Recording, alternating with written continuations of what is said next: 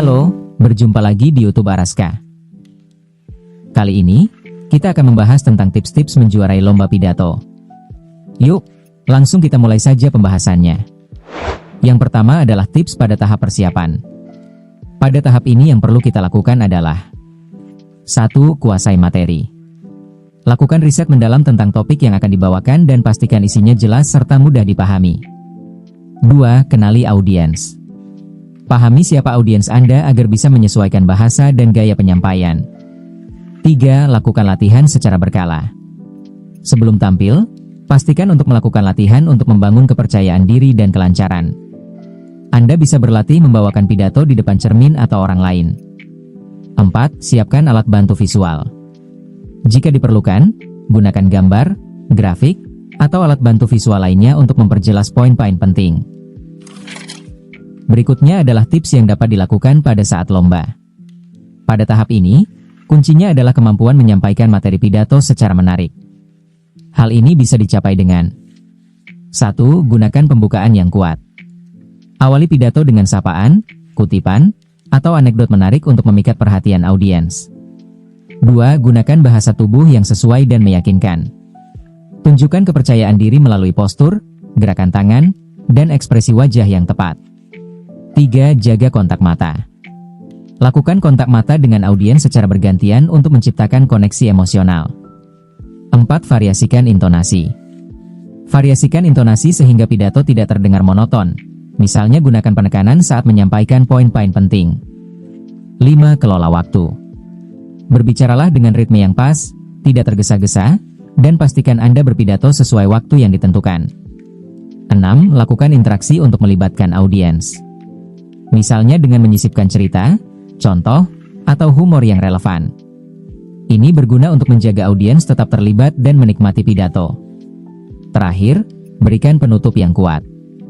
Akhiri pidato dengan kesan yang mendalam, dapat berupa ringkasan poin-poin utama atau seruan untuk bertindak.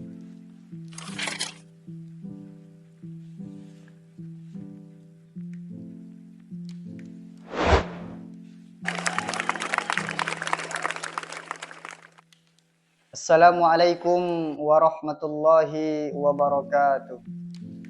Alhamdulillahi rabbil ardi wa rabbis sama.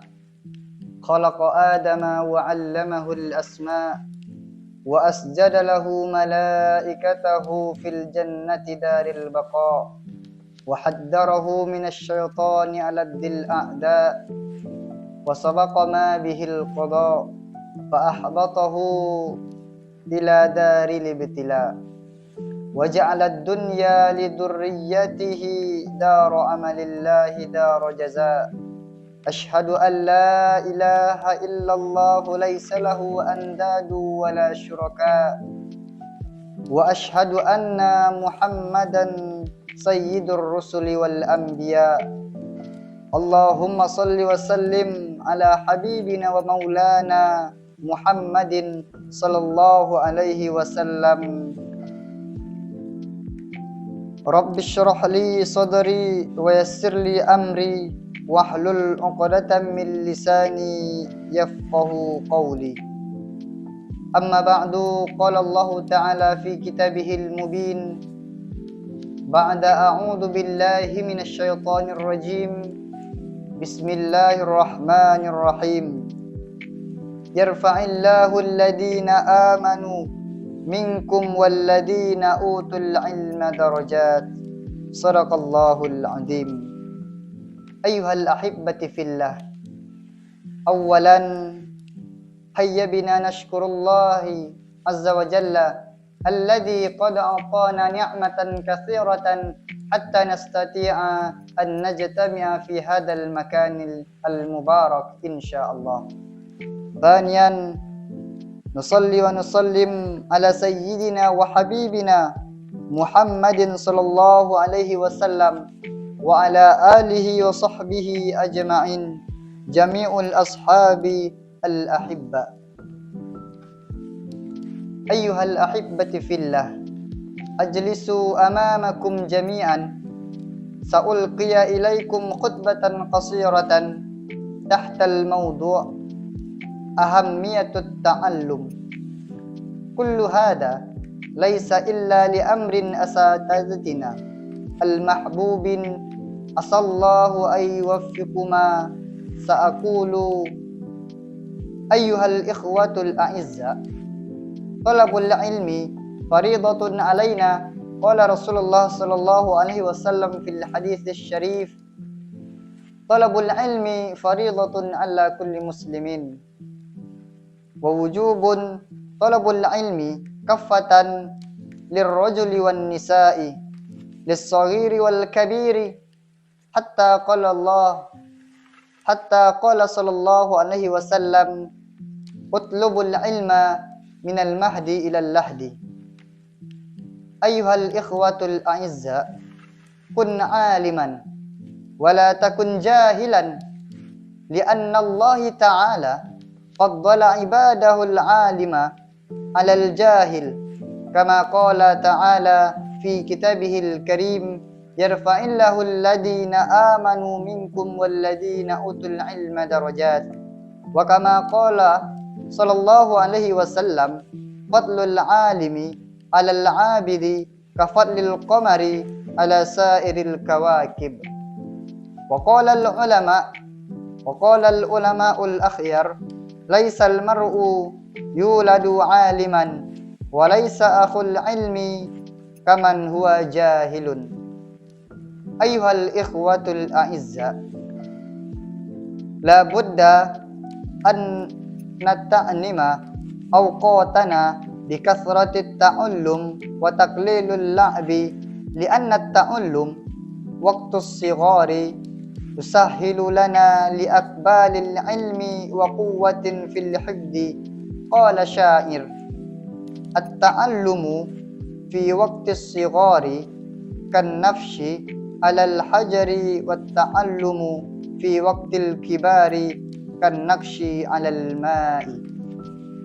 أيها الإخوة الأعزاء، ولكن لا بد لنا أن تتذكر بأن العلم بغير عمل لا فائدة لها، كما قال: العلم بلا عمل كالشجر بلا ثمر.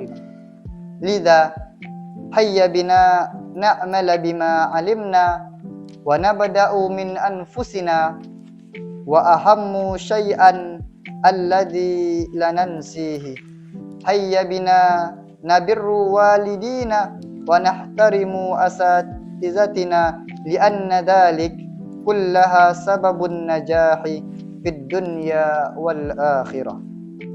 كما قال تعالى: يا أيها الذين آمنوا إذا قيل لكم تفسحوا في المجالس فافسحوا يمسح الله لكم، وإذا قيل انشزوا فانشزوا. أيها الأحبة في الله، إذا وجدتم خطأ في كلامي كل ذلك مني، وإذا وجدتم صوابا فمن الله.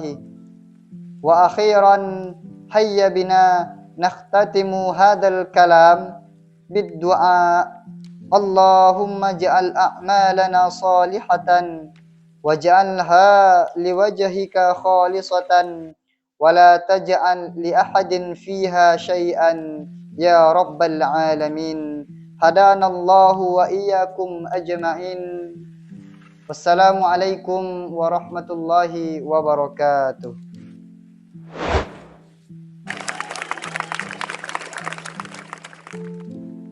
Assalamualaikum warahmatullahi wabarakatuh. Honorable Principal of Arunika Nusantara Public High School, respected teachers, and my proud friends, let us be grateful to Allah Subhanahu wa Ta'ala for His infinite blessings so that we can gather on this Youth Pledge Day. May peace and blessings be upon our Prophet Muhammad Sallallahu Alaihi Wasallam, whose intercession we await on the day of the judgment. Distinguished guests, on this joyous occasion, allow me to deliver a speech on the meaning of the Youth Pledge amidst the challenges of the times. Distinguished guests, on October 28, 1928, is an important day in the history of the Indonesian nation. On that day, young people from various regions gathered at the Second Youth Congress. They realized that division will only weaken and hinder the struggle for freedom from colonialism. They put aside regional and group loyalties to unite under one identity, Indonesia. So, what is the meaning of the Youth Pledge in this era? The Youth Pledge teaches us that differences in ethnicity, religion, culture, and language are not problems, but rather the strengths and the wealth of the nation that can be united. In the context of today's era, it is about how we are able to appreciate differences, work together, and unite in the challenge of the times. From hoaxes to hate speech, we, as the younger generation, have a responsibility to continue the struggle of our predecessors, no longer by taking up arms, but by studying diligently, working hard, innovating, and collaborating for the advancement for the nation. Ladies and gentlemen, Bung Karno once said, "A great nation honors the services of its heroes." By emulating the spirits of the heroes and youth of that era, let us continue to maintain unity and contribute to the development of Indonesia. That concludes my speech. Thank you for your attention, and I apologize for any mistakes. One homeland, one nation, one language, Indonesia. Wassalamualaikum warahmatullahi wabarakatuh.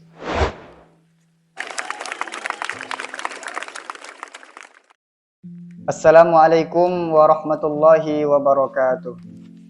Alhamdulillahi wa kafa, wassalatu wassalamu ala al-habibil mustafa wa ala alihi wa ashabihi ahli tuqa wal wafa. Ashhadu an la ilaha illallah wa ashhadu anna Muhammadan abduhu wa rasuluh. Allahumma salli wa sallim ala hadan nabiyil karim wa ala alihi wa ashabihi wa man tabi'ahum bi ihsanin ila yaumiddin. Amma ba'du. Kembali lagi puji dan syukur pada Allah Subhanahu wa taala, yang mana Allah telah memberikan nikmat-Nya begitu banyak kepada kita. Di antaranya nikmat iman, nikmat kesempatan, bahkan Allah berikan kepada kita yang namanya nikmat kesehatan. Maka dengan nikmat-nikmat Allah tersebutlah kita masih bisa melaksanakan aktivitas kita dalam kehidupan sehari-hari. Masih bisa beribadah kepada Allah Subhanahu wa taala. Coba kita lihat saudara-saudari kita di luar sana. Mungkin mereka memiliki nikmat keimanan. Mungkin juga mereka memiliki nikmat kesempatan, akan tetapi Allah mencabut dari mereka yang namanya nikmat kesehatan. Sedangkan kita diberikan nikmat keimanan, diberikan nikmat kesempatan, bahkan Allah berikan kepada kita yang namanya nikmat kesehatan. Maka sudah sepantasnya kita mensyukuri nikmat-nikmat yang telah Allah berikan kepada kita. La in syakartum la azidannakum wa la in kafartum inna adzabi lasyadid. Salawat dan salam semoga tetap tercurahkan kepada baginda kita Nabi besar Muhammad sallallahu alaihi wasallam. Bahkan beliau berpesan, janganlah kita meninggalkan dunia ini kecuali dalam keadaan takwa kepada Allah Subhanahu wa taala. Wa tazawwadu fa inna khairaz zadit taqwa. Berbekallah kalian, kata Allah. Sesungguhnya sebaik-baik bekal untuk menghadap Allah ialah takwa kepadanya. Pada kesempatan yang mulia ini, izinkan saya menyampaikan pidato yang berjudul 4 golongan manusia yang dirindukan surganya Allah Subhanahu wa taala. An Ibnu Abbas radhiyallahu anhu maqal qala Rasulullah sallallahu alaihi wasallam fil hadits syarif al jannatu mushtaqatun ila arba'ati nafarin. Dari Ibnu Abbas radhiyallahu anhuma, dia berkata bahwasanya Rasulullah sallallahu alaihi wasallam bersabda, ada 4 golongan manusia, yang mana 4 golongan manusia tersebut kelak akan dirindukan oleh surganya Allah Subhanahu wa taala. Siapakah mereka? Rasulullah menyebutkan talil Quran. Yang pertama, orang-orang senantiasa membaca Al-Quran. Kemudian yang kedua, wahafidhil lisan, yaitu orang-orang senantiasa menjaga lisannya. Yang ketiga, wa mut'imil ji'an, orang-orang senantiasa memberi makan orang lapar. Kemudian yang terakhir, wa shaumir Ramadan, yaitu orang-orang senantiasa berpuasa pada bulan suci Ramadan. Coba kita analogikan ketika kita berangkat dari rumah maupun untuk bekerja ataupun kuliah. Adik kita mengabarkan kepada kita bahwasannya kita dirindukan oleh ibu kita. Kita dirindukan oleh ayah kita. Bahkan kita dirindukan oleh keluarga besar kita. Betapa senangnya hati kita. Itu baru makhluk Allah yang merindukan kita. Apalagi surganya Allah yang nikmatnya ma la a'yunur ra'at wala udunun sami'at wala khatar ala qalbi bashar, yang tidak pernah terlihat oleh mata manusia dan tidak pernah terdengar oleh pendengaran manusia, wala khatar ala qalbi bashar, dan tidak pernah terpikirkan, terlintaskan dalam pikiran manusia. Itulah nikmatnya surga Allah Subhanahu wa taala. Hadirin rahimani wa rahimakumullah. 4 golongan manusia yang dirindukan surganya Allah. Yang pertama, talil Quran, yaitu orang-orang senantiasa bersama Al-Quran, orang-orang senantiasa melantunkan Al-Quran, orang yang hobi membaca ayat-ayat Allah, firman Allah Subhanahu wa taala. Mulutnya basah dengan melantunkan ayat-ayat Allah. Setiap Al-Quran yang dibaca, maka akan hadir ketenangan dalam hati orang beriman. Ala bidzikrillahi tatma'innul qulub. Ingatlah, kata Allah, hanya dengan mengingatku hatimu akan menjadi tenang. Tidak mungkin orang-orang yang melantunkan ayat-ayat Allah mereka ingat maksiat, pasti tidak ingat kepada Allah Subhanahu wa taala. Iqra'ul Qur'an fa innahu ya'ti yaumal qiyamah syafi'an li ashabihi. Bacalah Al-Qur'an, kata Rasulullah, maka sesungguhnya pada hari kiamat dia akan datang memberikan syafaat ataupun pertolongan pada orang-orang bersama di dunia. Itulah golongan yang pertama, kata Rasulullah sallallahu alaihi wasallam. Kemudian yang kedua, wahafidhil lisan, yaitu orang-orang senantiasa menjaga lisannya.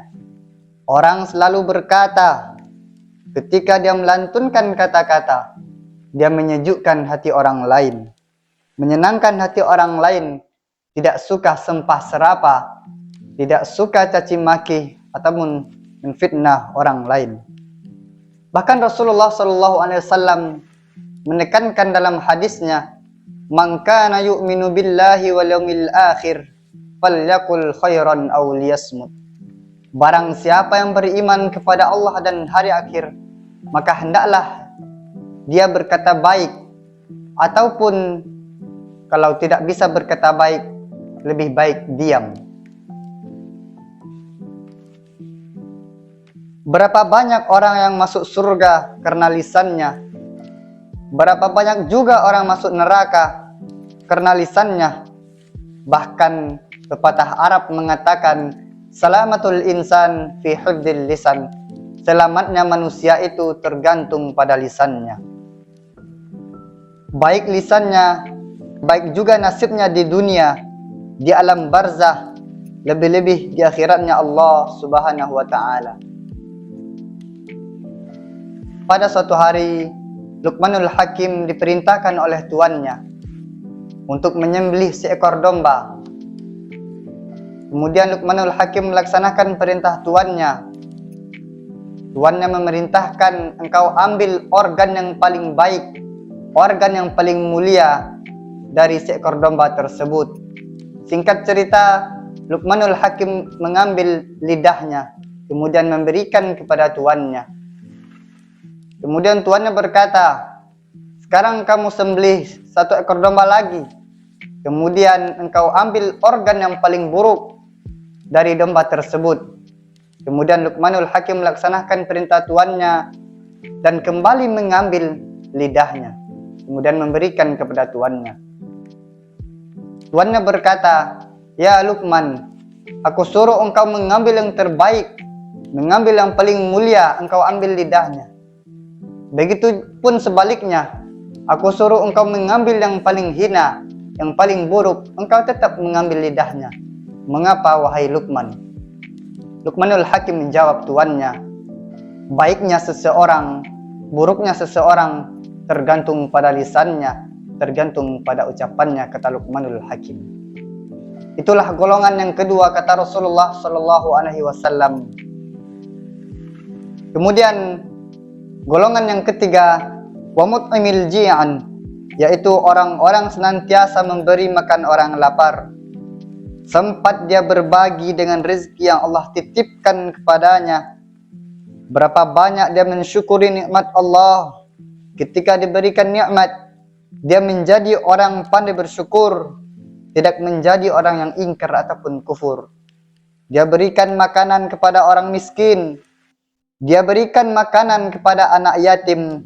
Bahkan kata Nabi Shallallahu Alaihi Wasallam, sedekah jariah itu tidaklah hanya memberikan lampu kepada masjid, tidak hanya menitipkan semen kepada jalan, akan tetapi sedekahun jariah itu yang terlalu banyak kita lupakan hingga saat ini, memberikan makan kepada orang yang membutuhkan.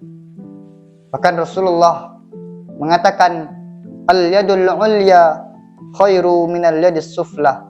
Tangan di atas itu lebih baik daripada tangan di bawah. Itulah golongan yang ketiga, 4 golongan manusia yang dirindukan surganya Allah. Kemudian masuk golongan yang terakhir, wasaumir Ramadan, yaitu orang-orang senantiasa berpuasa di bulan suci Ramadan. Mereka berpuasa dari terbitnya fajar hingga terbenamnya matahari, bukan hanya sekedar menahan lapar dan haus, akan tetapi menjaga pandangan, menjaga pendengaran, serta menjaga ucapannya dari kata-kata yang kotor. Jadi itulah 4 golongan manusia yang sangat dirindukan oleh surganya Allah Subhanahu wa Ta'ala. Dapat kita simpulkan yang pertama, yaitu orang-orang senantiasa bersama Al-Quran, orang-orang senantiasa membaca kalam Allah Subhanahu wa Ta'ala. Kemudian yang kedua, wahafidil lisan, yaitu orang-orang senantiasa menjaga ucapannya, orang-orang senantiasa menjaga perkataannya. Kemudian yang ketiga, wamut imil ji'an, yaitu orang-orang senantiasa memberikan makan kepada orang yang membutuhkan, memberikan makan kepada anak yatim. Kemudian yang terakhir, wasaumir Ramadan, yaitu orang-orang senantiasa berpuasa pada bulan suci Ramadan. Dan 4 ini harus berjalan bersamaan, karena wawu di sini ataf mutlak jama. Semoga Allah membuka hati kita agar selalu berbuat baik dan mengamalkan apa yang dianjurkan, diperintahkan, dan digambarkan oleh Rasulullah Sallallahu Alaihi Wasallam. Aktafi bihadal kalam. Assalamualaikum warahmatullahi wabarakatuh. Pembahasan lebih lanjut tentang pidato dapat dibaca di buku Juara 1 Pidato 3 Bahasa. Buku ini juga dilengkapi dengan contoh teks-teks pidato siap pakai dalam 3 bahasa, yaitu bahasa Arab, Inggris, dan Indonesia.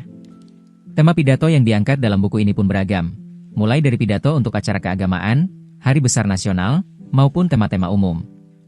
Segera dapatkan bukunya di toko resmi kami atau toko-toko buku di seluruh Indonesia.